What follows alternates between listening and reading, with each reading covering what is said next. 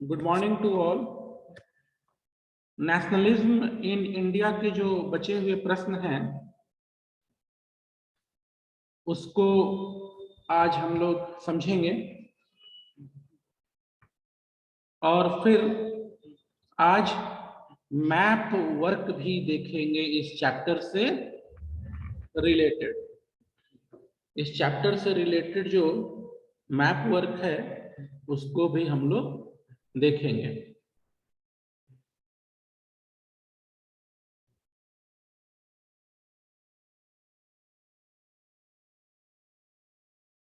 So yesterday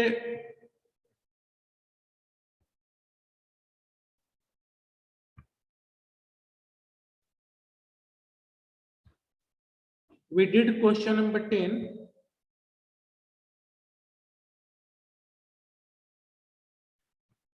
Imagine you are a woman participating in civil disobedience movement. ये question number 10 तक हम लोगों ने कल देखा था। Now question number 11. Why did political leaders differ sharply over the question of separate electorate?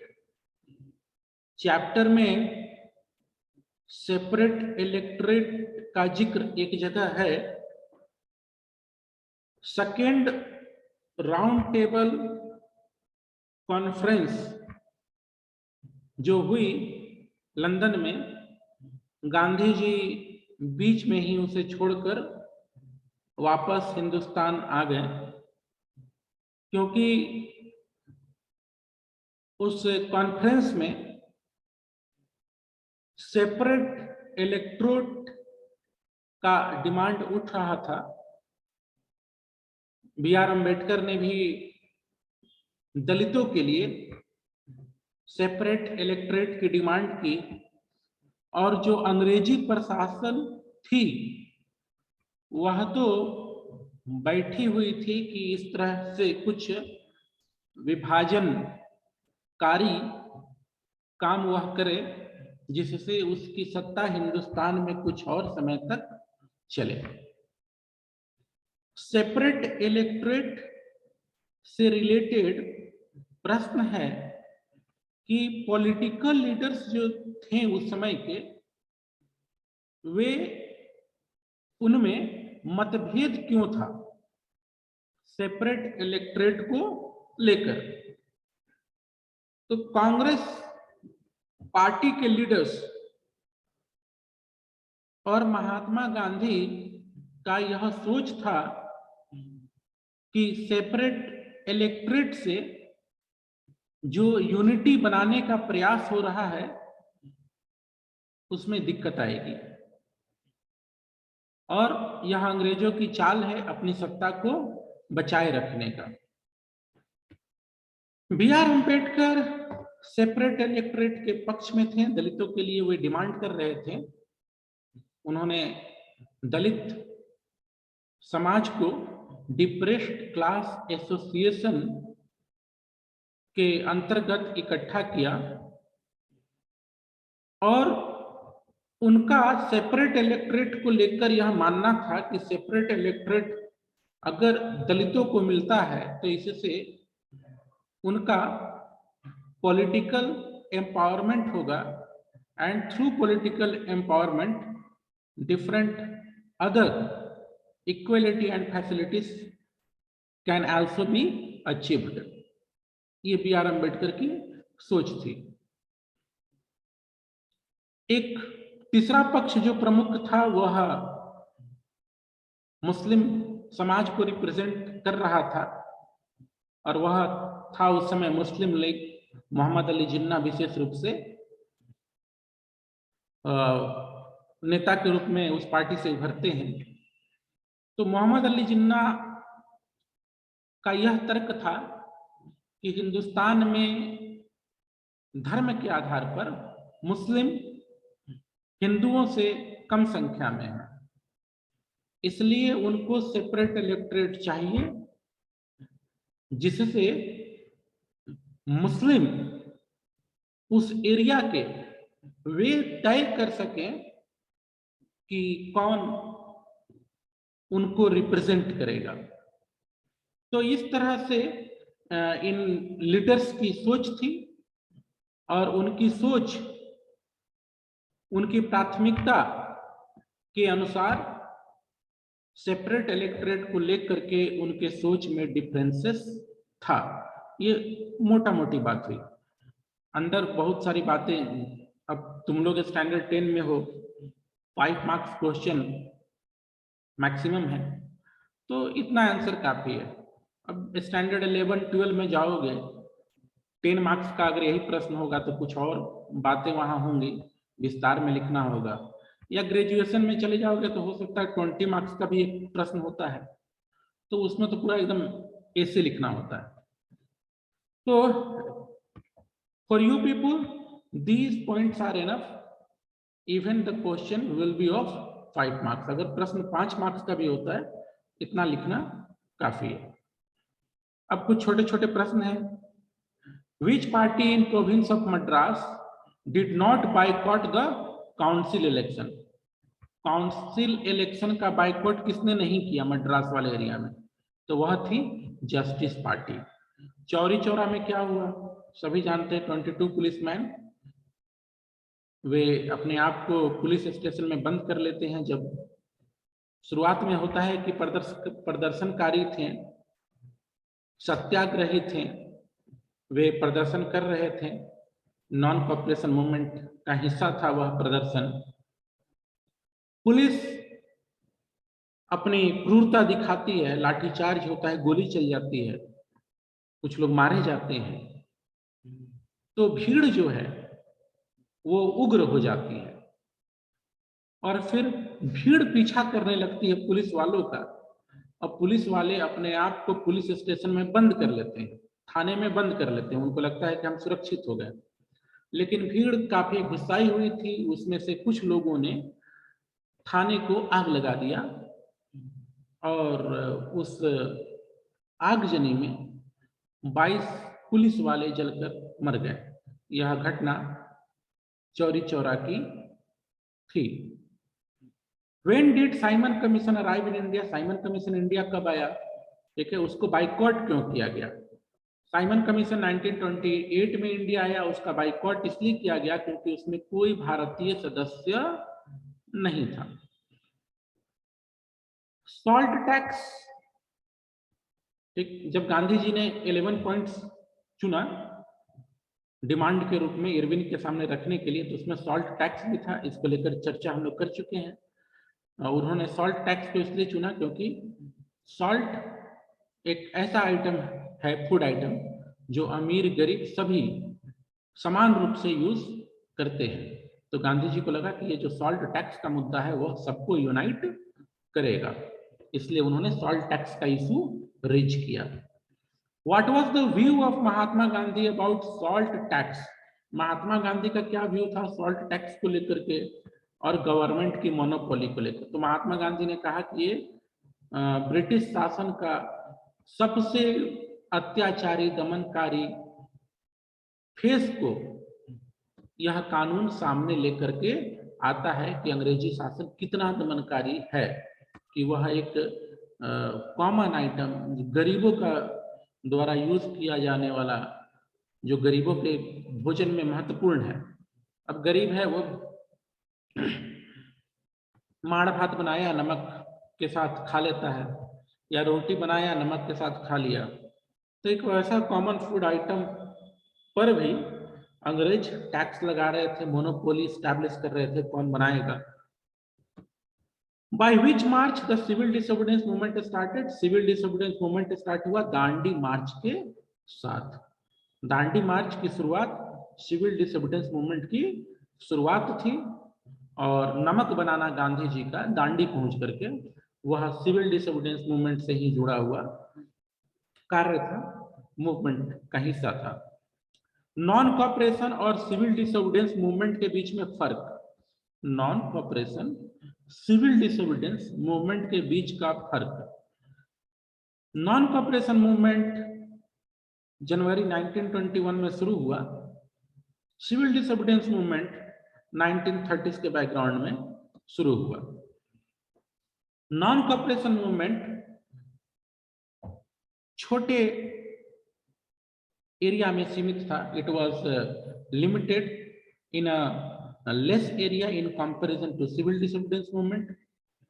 Non cooperation movement में किसी तरह की कानून तोड़ने की बात नहीं की गई। किसी ने कानून तोड़ा वो अलग बात, पर टॉप लीडर्स ने कानून तोड़ने की बात नहीं कही। सिविल डिसोबीडियंस मूवमेंट में गांधी जी ने स्वयं अंग्रेजों के सॉल्ट टैक्स को तोड़ा, सॉल्ट टैक्स लॉ को, सॉल्ट प्रिपेयरिंग लॉ को तोड़ा, और दूसरों से भी उन्होंने अपील किया कि अंग्रेजों के उन कानूनों को आप तोड़िए जो अनजस्ट है। उसके बाद कुछ और डिफरेंसेस थे।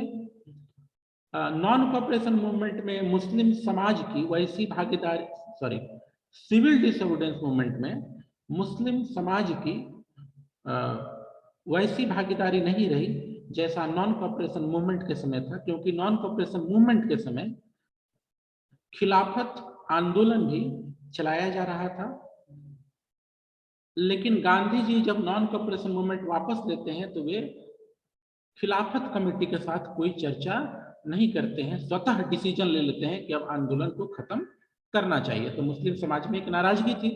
और दूसरी बात, उस बैकग्राउंड में थोड़ा हिंदू मुस्लिम के कुछ वैसे विवाद भी थे, जिसके चलते बहुत से Muslim organisation they were not in support of civil disobedience movement, or they were not as much supporting civil disobedience movement as they were in non-cooperation movement.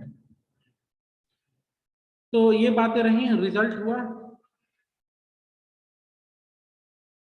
Chauri Chaura की घटना, और जबकि सिविल डिसोबीडियंस मूवमेंट के बाद गांधी इरविन पैक्ट साइन हुआ।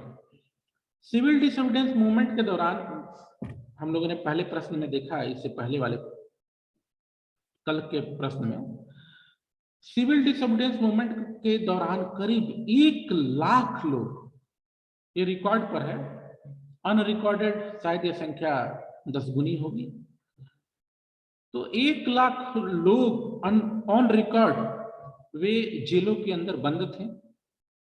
तो आप सोच लीजिए उनके घरों की स्थिति क्या होगी। तो गांधी ऐसे माहौल में इरविन के साथ समझौता कर लेते हैं। इरविन पर प्रेशर था कि गांधी को भेजो लंदन राउंड टेबल कॉन्फ्रेंस में, दूसरे लीडर्स को भेजो।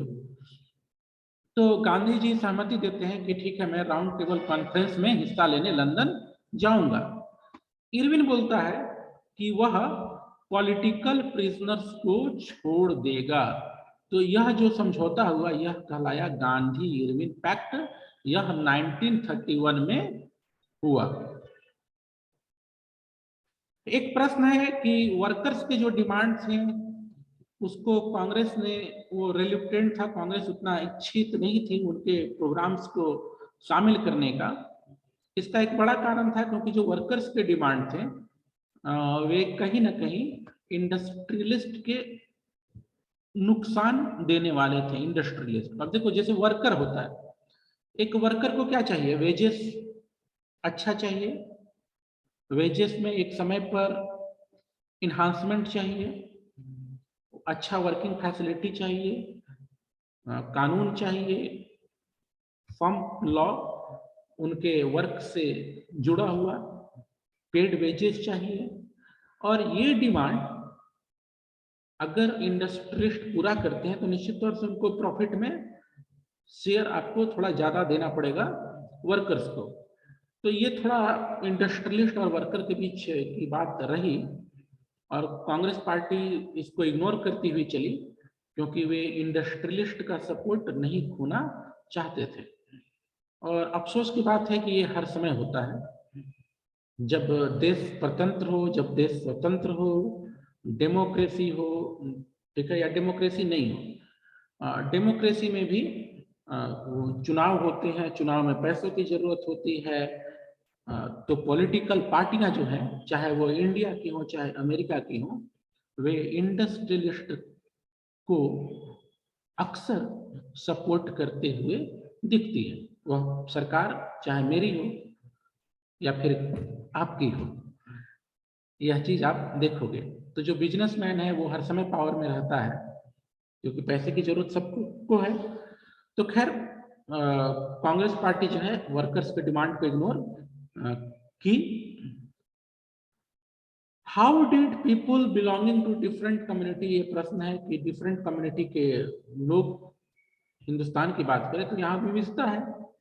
हम में भाषा के आधार पर डिफरेंसेस है, रीजन हमारे अलग अलग हैं, धर्म की बात करें तो हम लोग अलग अलग हैं। इतनी भिन्नता होती हुई भी हमने यूनिटी को कैसे डिस्कवर किया? तो चैप्टर नंबर 1 में भी इस तरह का प्रश्न था, लगभग वही उत्तर यहाँ भी।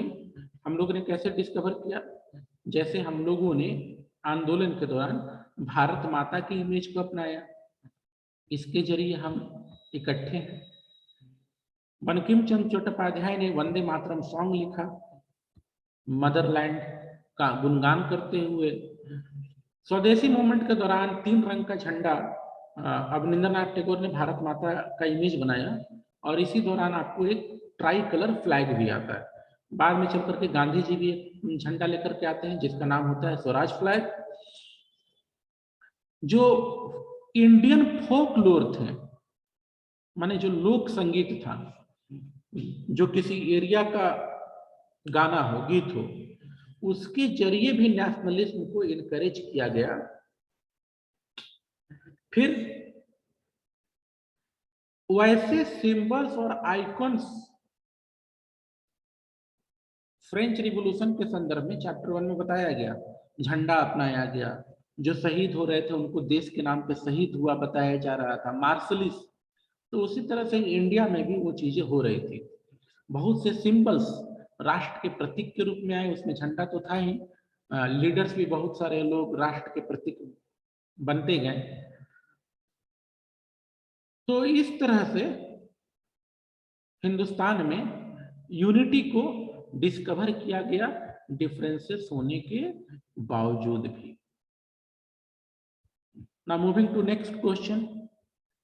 देखो स्वराज फ्लैग का यहाँ पर बात है, ठीक है, स्वदेशी मूवमेंट के दौरान झंडे की बात है, स्वराज फ्लैग का बात यहाँ नहीं, आप उसको जोड़ सकते हो। एक बड़ा इंपॉर्टेंट चीज है, इसको समझ जाओ, री इंटरप्रिटेशन ऑफ हिस्ट्री। री इंटरप्रिटेशन ऑफ हिस्ट्री, इतिहास की पुनर्व्याख्या की गई। अब अंग्रेजों ने हिंदुस्तानियों के विषय में लिखा कि हिंदुस्तानी इलिटरेट रहे हैं, अनसिविलाइज्ड रहे हैं, इनमें तमाम बुराइयां रही हैं, हमने उसको ठीक किया। ये अंग्रेजों की कहानियों में आप देखोगे। तो जवाब में इंडियंस ने अपना हिस्ट्री को फिर से लिखा, सरल भाषा में लिखा, जो जानकार हिस्टोरियन थे, और उस इतिहास को रीइंटरप्रेट करते हुए नेशनलिज्म को बढ़ावा दिया गया। अब जैसे हम सीरियल देखते हैं या मूवी देखते हैं या कहानियां पढ़ते हैं शिवाजी की, तो जब हम महाराजा शिवाजी की कहानियों को पढ़ते हैं तो निश्चित तौर से हमें एक नेशनलिज्म की भावना आती है, मातृभूमि के लिए कुछ करने की भावना आती है। ऐसे अनेक कहानियां, मैंने शिवाजी का इसलिए जिक्र किया, वो हिस्ट्री से उठाया, इतिहास के पन्नों से।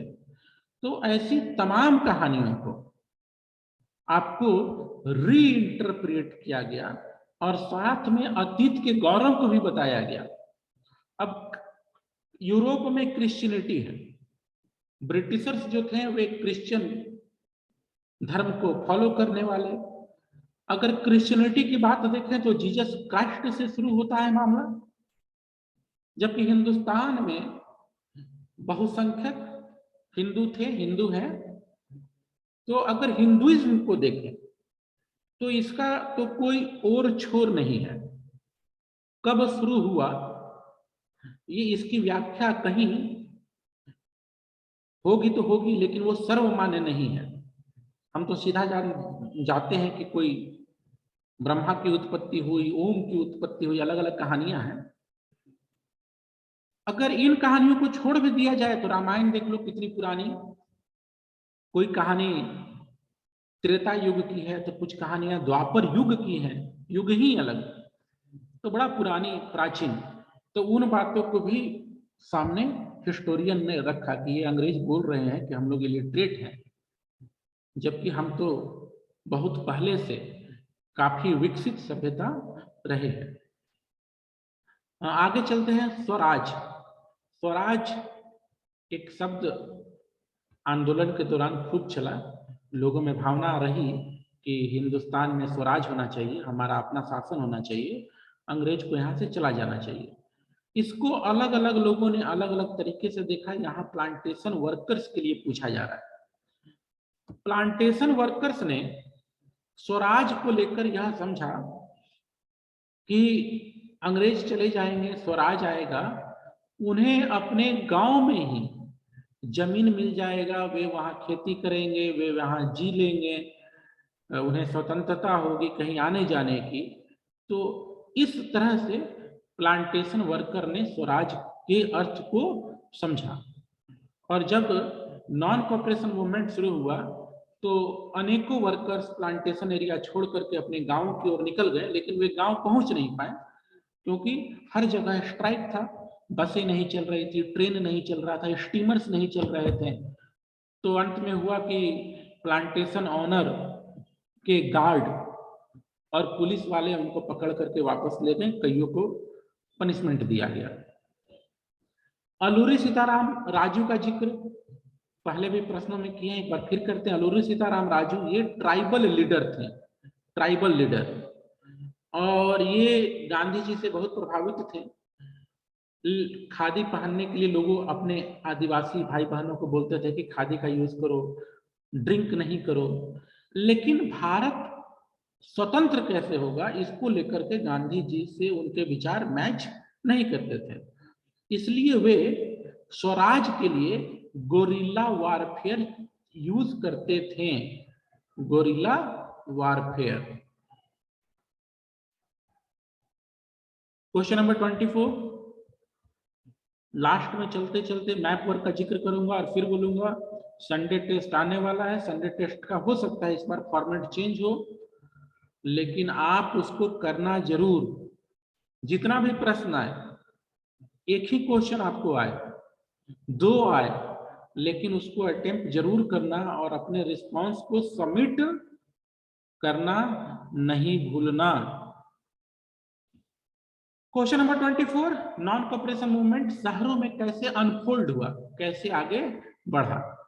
तो शहरों की बात करें तो नॉन कॉपरेशन मूवमेंट में मिडिल क्लास का पार्टिसिपेशन रहा। हजारों स्टूडेंट ने गवर्नमेंट के स्कूल कॉलेजेस को छोड़ा, टीचर्स ने रिजाइन किया, लॉयर्स उनके कोर्ट में जाना के मनाही कर दी, काउंसिल इलेक्शन को बाइकआउट किया गया मद्रास को छोड़ करके, फॉरेन गुड्स को बाइकआउट किया गया, लिकर दुकानों का घेराबंदी किया गया, फॉरेन क्लोथ्स की होलिका जलाई गई। इस तरह से नॉन कॉपरेशन मूवमेंट शहरी इलाकों में किया गया। क्वेश्चन नंबर 25, ट्राइबल पीसेंट्स, ये प्रश्न हम लोग ऑलरेडी देख चुके हैं एक अलग मीनिंग में। ट्राइबल पीसेंट्स जो हैं वे स्वराज को अलग तरीके से लेते हैं। ट्राइबल पीसेंट, अच्छा ट्राइबल पीसेंट मतलब आदिवासी श्रमिक, आदिवासी किसान। पीसेंट जो शब्द है वो कभी वो ठीक है खेतीहर श्रमिकों के लिए यूज होता है, खेती वाले खेती से जुड़े हुए श्रमिक। तो बहुत बार हिंदी की किताबों में इसके लिए किसान शब्द यूज हो जाता है, कभी कभी मजदूर ही रख दिया जाता है। तो खैर जो ट्राइबल पीसेंट्स हैं, अब अंग्रेजों ने जंगलों को कैटेगरी बना दिया और जिस जंगल में अच्छी संख्या में पेड़ पौधे थे, जानवर थे, वैसे जंगलों में तो बिल्कुल जाना का पाबंदी लगा दिया। वैसे एरिया में रहने वाले आदिवासियों को बेघर होना पड़ा। तो उन आदिवासी समाज के लोग जिनके लिए जंगल सब कुछ है, वे जंगल पर आश्रित हैं, साथ में वे जंगल को बचाते भी हैं, पूजते भी हैं। तो उनका लिए ये बड़ा तकलीफदायक था कि वे जंगलों में नहीं जा पाए। तो स्वराज की जब बात हुई तो उन्होंने इंटरप्रेट किया कि जंगलों में जो जाने की पाबंदी है वह हट जाएगी। तो ये उनके लिए बड़ी बात थी, ठीक है। तो ट्राइबल एरिया का विशेष रूप से जिक्र है अलूरी सीताराम राजू का। उन्होंने क्या किया, हम लोगों ने इसके पहले वाले प्रश्न में देखा, गोरिल्ला वारफेयर उन्होंने अपनाया। और ट्राइबल एरिया में आप देखोगे, आपने क्लास 8 में भी पढ़ा है, अनेक जगह ट्राइबल लीडर्स जो हैं वे अंग्रेजों से युद्ध करते हैं, जो भी उनके पास साधन मौजूद थे उसका प्रयोग करते हुए। अब मैप वर्क को फिर से रिवीजन हम लोग करेंगे। हम लोगों ने 2-3 बार देख चुके हैं, पर रिवीजन का टाइम चल रहा है, तो जितनी ज्यादा बार हम लोग बातें कर सके। Is my screen visible? Map work लिखा हुआ है, विजिबल है? देख करके बताओ। मैंने सर्कल किया मैप वर्क को। यस सर, चलो थैंक यू वेरी मच। तो बच्चों देखो, हिस्ट्री में केवल 9 प्लेसेस हैं जो आपको जानने हैं। In history there is only, और you can use R word, so there are only 9 places. और बड़ा आसान प्लेस है, स्टैंडर्ड 8 में भी आपने किया है, कई बार हम लोग अब तक प्रैक्टिस भी कर चुके हैं। आपको याद रखना है कलकत्ता कहाँ है, नागपुर कहाँ है, मद्रास कहाँ है। ये तीनों जगह यहाँ पर दिए हुआ है क्योंकि यहाँ पर इंडियन नेशनल कांग्रेस की मीटिंग हुई, कभी सेशन हुई।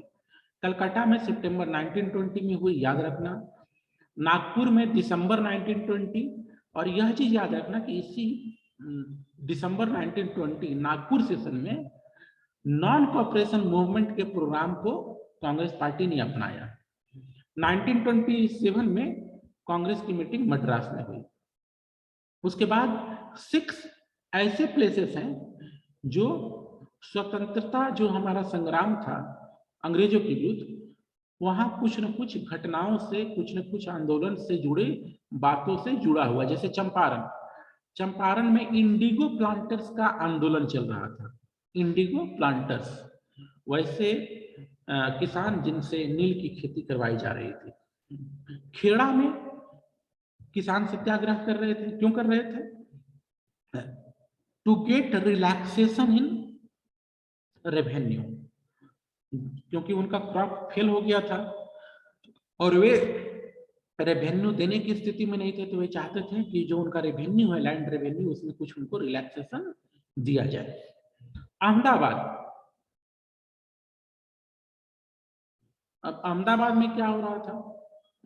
अहमदाबाद में कॉटन मिल वर्कर्स, वैसे मजदूर, वैसे श्रमिक या काम करने वाले जो वहां के कॉटन मिल में काम करते थे, उनका सत्याग्रह था। यह अहमदाबाद में कॉटन मिल वर्कर्स का सत्याग्रह था। अमृतसर में, अमृतसर का नाम यहाँ क्यों है? जलियांवाला बाग इंसिडेंट के कारण। Chauri Chaura, calling of the non cooperation movement. Chauri Chaura का जिक्र यहाँ क्यों आया? क्योंकि चौरी चौरा में इंसिडेंट हुआ, 22 पुलिस वाले ठीक है मारे गए, ठीक है जलाकर मारे गए। तो उस घटना के बाद गांधी जी ने नॉन कॉपरेशन मूवमेंट वापस ले लिया। तो चौरी चौरा यहाँ मैप वर्क में दिया गया है, calling of the non cooperation movement. Dandi, Dandi का जिक्र क्यों है? सिविल डिसोबीडियंस मूवमेंट से जुड़ा हुआ है, और you can say start of civil disobedience movement से जुड़ा हुआ है दांडी। अब चलते हैं मैप की ओर। मैंने आपको पीडीएफ भेजा है, उसमें प्रश्न भी है मैप का, और क्वेश्चन और आंसर के रूप में मैंने एक मैप भी आपको अवेलेबल कराया है। तो बहुत आसान है बच्चों, these 9 places are very easy to locate. अब देखो अमृतसर पंजाब में है, और ये अकेला है पंजाब में, बॉर्डर एरिया है। इसके बगल में यहाँ लाहौर है पाकिस्तान साइड में। अमृतसर, जलियांवाला बाग इंसिडेंट। उसके बाद हम लोग ऐसे चलेंगे, ठीक है, इस तरह से हम लोग चलेंगे। तो अमृतसर के बाद आ जाओ गुजरात में। गुजरात में ध्यान रखना, अहमदाबाद भी है कॉटन मिल वर्कर्स, खेड़ा भी है पिजन सत्याग्रह, दांडी भी है related with civil disobedience movement. अब कैसे लोकेट करेंगे? तो देखो ये अरेबियन सी है, अरेबियन सी, ठीक है। यहाँ पर जो मैप है हमारा थोड़ा ऐसे गया है, ये ऐसे। तो यहां ध्यान रखिएगा, जो ये जो टिप है इसके यहां पर अहमदाबाद है, अहमदाबाद जिला है, ठीक है। तो अगर मैप आप देखोगे इंडिया का तो इस तरह से वो जिला फैला हुआ है, और उसके बगल में ये जो टिप है इससे लगता हुआ उसके बगल में थोड़ा नीचे होते हुए खेड़ा है। तो अहमदाबाद और खेड़ा के बीच में आप डिफरेंस याद रखिएगा, दोनों एक बार नहीं आएगा, दोनों एक बार अब तक तो नहीं आया, और इस बार तो एक ही मार्क्स का रहेगा केवल, ठीक है। इस बार सैंपल पेपर में दिया हुआ है कि हिस्ट्री से 1 मार्क्स का मैप क्वेश्चन रहेगा। तो याद रखिएगा अहमदाबाद यहाँ है, उसके बगल में ये जो टिप है उससे ईस्टर्न साइड में थोड़ा नीचे होते हुए खेड़ा है, और थोड़ा और नीचे होते हुए महाराष्ट्र को लगभग टच करते हुए आपको दांडी। तो ये 3 प्लेसेस ध्यान में रखिएगा क्योंकि बड़ा क्लोज है। उसके बाद मद्रास, मद्रास में 1927 में कांग्रेस की मीटिंग हुई थी, 1927 में, ठीक है। अब जब ऊपर की तरफ आएंगे तो यहाँ थोड़ा सा नागपुर देख लेते हैं। नागपुर महाराष्ट्र में है। यहाँ दिसंबर 1920 का बैठक हुआ था कांग्रेस का, जिसमें डिसाइड कर लिया गया, तय कर लिया गया कि ठीक है नॉन कॉपरेशन मूवमेंट। फिर ऊपर की ओर चल रहे हैं तो कलकत्ता, और कलकत्ता आप लोग ज्योग्राफी में भी कई बार पढ़े हुए, स्टैंडर्ड 7 में, 8 में, 9 में, यहाँ हिस्ट्री में भी 10 में। तो ये कलकत्ता है। कलकत्ता में क्या हुआ था, 1920 सितंबर के महीने में मीटिंग हुई थी। कलकत्ता कोलकाता का पुराना नाम है, आज के डेट में हम लोग कोलकाता बोलते हैं। अंग्रेजों के समय या आजाद हिंदुस्तान में भी एक लंबे समय तक हम लोग कलकत्ता उस शहर को बोलते रहे, उस शहर का नाम कलकत्ता रहा एक लंबे समय तक। मद्रास अंग्रेजों के समय चेन्नई, आज के डेट में चेन्नई बोलते हैं। अंग्रेजों के समय या आजाद हिंदुस्तान में भी एक लंबे समय तक उस शहर को मद्रास नाम से हम लोग पुकारते रहे। कलकत्ता से ऊपर चलो, चंपारण बिहार का एरिया में, यहाँ इंडिगो प्लांटर्स का सत्याग्रह हुआ, जहां गांधी जी पहुंचे उनको सपोर्ट करने के लिए। ये बिहार में हो गया, ये बॉर्डर हो गया यूपी बिहार का। बॉर्डर के उस साइड यूपी की तरफ चौरी चौरा, जहां 22 पुलिस वाले जल करके मर गए, तो वह प्लेस चौरी चौरा, और यह जुड़ा हुआ है calling of the non cooperation movement से। तो इस तरह से, ठीक है, देयर आर ओनली 9 प्लेसेस। एक बार फिर से बोलता चलो, Amritsar, Ahmedabad, Kheda, Dandi, Madras, Nagpur, Calcutta, Champaran, Chauri Chaura. 1 2 3 4 5 6 7 8 9, only 9 places, and it's very easy from a standard 8 questions coming from this map work. So I hope that you will not miss 1 marks from history area. With this, from my side it's over. If any question from your side, you can raise through chat box, and if no question, write no sir, no sir. Preeti Kumari said no sir. और sample paper जो भेजा था या CBSE का site पर है उसको जरूर देखना। इस बार का संडे टेस्ट उस पैटर्न पर रखने का पूरा प्रयास हम लोग कर रहे हैं ताकि आपको टर्म 2 की प्रैक्टिस हो। So with this word you are writing no sir, so no question from your side. With this word I am ending today's class. Have a nice time. God bless you all. ईश्वर सबका भला करे।